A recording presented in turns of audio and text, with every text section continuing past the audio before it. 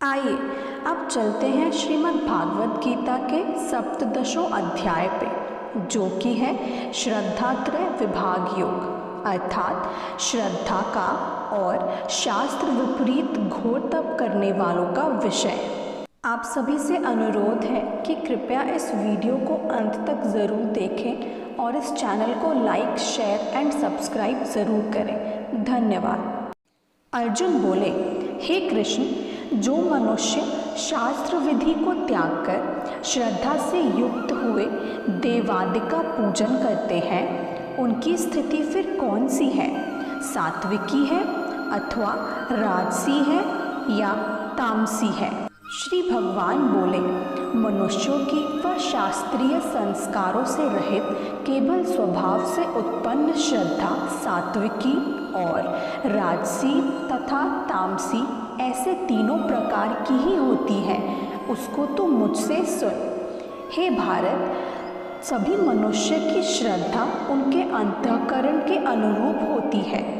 यह पुरुष श्रद्धामय है, इसलिए जो पुरुष जैसी श्रद्धा वाला है वह स्वयं भी वही है। सात्विक पुरुष देवों को पूजते हैं, राजस पुरुष यक्ष और राक्षसों को तथा अन्य जो तामस मनुष्य हैं वे प्रेत और भूतगणों को पूजते हैं। जो मनुष्य शास्त्र विधि से रहित केवल मन कल्पित घोर तप को तपते हैं तथा दंभ और अहंकार से युक्त एवं कामना, आसक्ति और बल के अभिमान से भी युक्त हैं, जो शरीर रूप से स्थित भूत समुदाय को और अंतःकरण में स्थित मुझ परमात्मा को भी कृश करने वाले हैं, उन अज्ञानियों को तो आसुर स्वभाव वाले जान।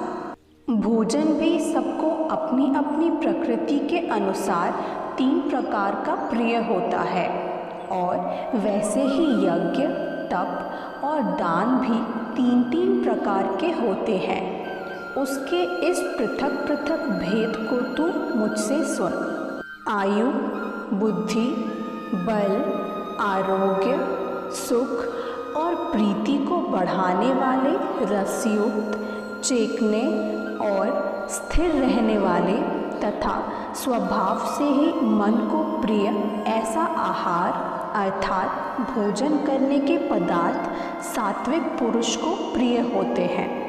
कड़वे, खट्टे, लवण युक्त, बहुत गर्म, तीखे, रूखे, दाहकारक और दुख, चिंता तथा रोगों को उत्पन्न करने वाले आहार अर्थात भोजन करने के पदार्थ राजस पुरुष को प्रिय होते हैं। जो भोजन अधपका, रस रहित, दुर्गंधयुक्त, बासी और उच्छष्टि है तथा जो अपवित्र भी है, वह भोजन तामस पुरुष को प्रिय होता है। जो शास्त्र विधि से नियत यज्ञ करना ही कर्तव्य है, इस प्रकार मन को समाधान करके फल ना चाहने वाले पुरुषों द्वारा किया जाता है, वह सात्विक है।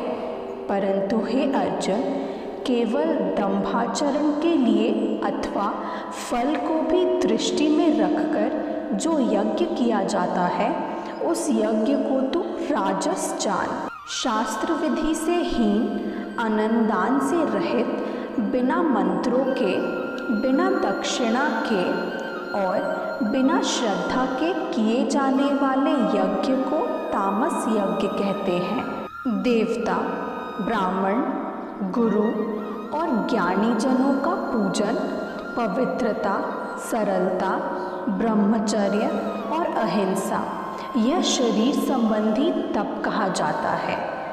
जो उद्वेग ना करने वाला, प्रिय और हितकारक एवं यथार्थ भाषण है तथा जो वेदों शास्त्रों के पठन का एवं परमेश्वर के नाम जप का अभ्यास है, वही वाणी संबंधी तप कहा जाता है।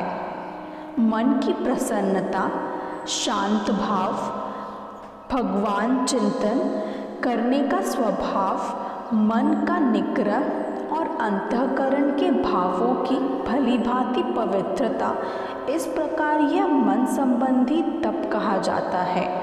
फल को ना चाहने वाले योगी पुरुष द्वारा परम श्रद्धा से किए हुए उस पूर्वोक्त तीनों प्रकार के तप को सात्विक कहते हैं। जो तप सत्कार, मान और पूजा के लिए तथा अन्य किसी स्वार्थ के लिए भी स्वभाव से या पाखंड से किया जाता है, वह अनिश्चित एवं क्षणिक फल वाला तप यहाँ राजस कहा गया है। जो तप मूढ़तापूर्वक हठ से मन, वाणी और शरीर की पीड़ा के सहित अथवा दूसरे का अनिष्ट करने के लिए किया जाता है, वह तप तामस कहा गया है। दान देना ही कर्तव्य है, ऐसे भाव से जो दान देश तथा काल और पात्र के प्राप्त होने पर उपकार ना करने वाले के प्रति दिया जाता है, वह दान सात्विक कहा गया है। किंतु जो दान कलेश पूर्वक तथा प्रत्युपकार के प्रयोजन से अथवा फल को दृष्टि में रखकर दिया जाता है, वह दान राजस कहा गया है।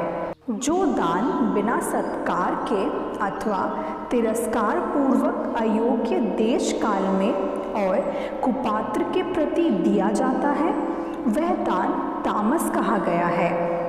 ओम तत् सत ऐसे यह तीन प्रकार के सच्चिदानंद घन ब्रह्म का नाम कहा गया है। उसी से सृष्टि के आदिकाल में ब्राह्मण और वेद तथा यज्ञादि रचे गए हैं। इसलिए वेद मंत्रों का उच्चारण करने वाले श्रेष्ठ पुरुषों की शास्त्र विधि से नियत यज्ञ, दान और तपरूप क्रियाएं सदा ओम इस परमात्मा के नाम को उच्चारण करके ही आरंभ होती है। तत् अर्थात तत् नाम से कहे जाने वाले परमात्मा का ही यह सब है। इस भाव से फल को ना चाहकर नाना प्रकार के यज्ञ, तपरूप क्रियाएं तथा दान रूप क्रियाएं कल्याण की इच्छा वाले पुरुषों द्वारा की जाती है। सत इस प्रकार यह परमात्मा का नाम सत्य भाव में और श्रेष्ठ भाव में प्रयोग किया जाता है तथा हे पार्थ, उत्तम कर्म में भी सत शब्द का प्रयोग किया जाता है तथा यज्ञ, तप और दान में जो स्थित है वह भी सत इस प्रकार कही जाती है और उस परमात्मा के लिए किया हुआ कर्म निश्चय पूर्वक सत ऐसे कहा जाता है।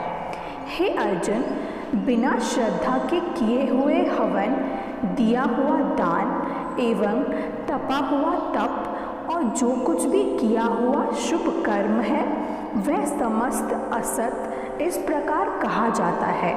इसलिए वह ना तो इस लोक में दाभलायक है और न मरने के बाद ही। इसी से श्रीमद् भागवत गीता के सप्तदशों अध्याय की समाप्ति होती है। कृपया करके इस चैनल को लाइक, शेयर और सब्सक्राइब ज़रूर करें। धन्यवाद।